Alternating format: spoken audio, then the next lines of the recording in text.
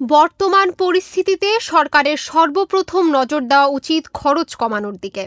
আমরা মনে করি সরকার তার উন্নয়ন বাজেট পুনর্বিবেচনা করে অপ্রয়োজনীয় ও আর্থিকভাবে অযৌক্তিক প্রকল্পগুলো বাদ দিলে প্রায় 20% খরচ কমানো সম্ভব। সার্বিকভাবে পরিচালন ব্যয় 10% কমানো যেতে পারে।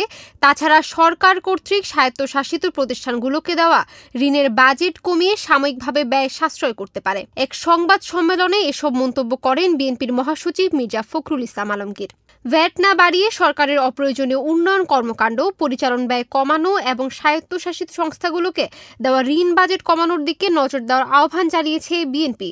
সরকার খরচ কমানোর মাধ্যমে বাজেটের ন্যূনতম 1 লাখ কোটি টাকা সাশ্রয় করতে পারে এবং ঘাটতি কমাতে পারে উল্লেখ করে বিএনপি মহাসচিব বলেন, এই পদক্ষেপগুলো দেশের অর্থনৈতিক স্থিতিশীলতা ও দীর্ঘমেয়াদী উন্নয়নের জন্য অত্যন্ত জরুরি। সরকারের খরচ কমানোর এই উদ্যোগগুলো সাধারণ মানুষের উপর করের বোঝা কমাবে এবং অর্থনৈতিক চাপ লাঘব করবে।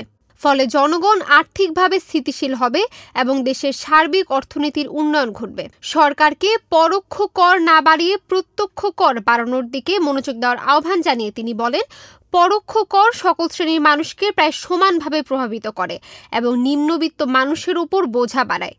প্রত্যক্ষ কর না বাড়িয়ে সরকারি খরচ কমিয়ে ও চলতি বাজেটের অর্থনৈতিক ব্যবস্থাপনা পুনর্বিন্যাস করেও চলমান আর্থিক সমস্যার সমাধান করা যায়। এই সংবাদ সম্মেলনে আরও উপস্থিত ছিলেন বিএনপির স্থায়ী কমিটির সদস্য আমির খসরু মাহমুদ চৌধুরী ও চেয়ারপারসনের উপদেষ্টা জবিউল্লাহ।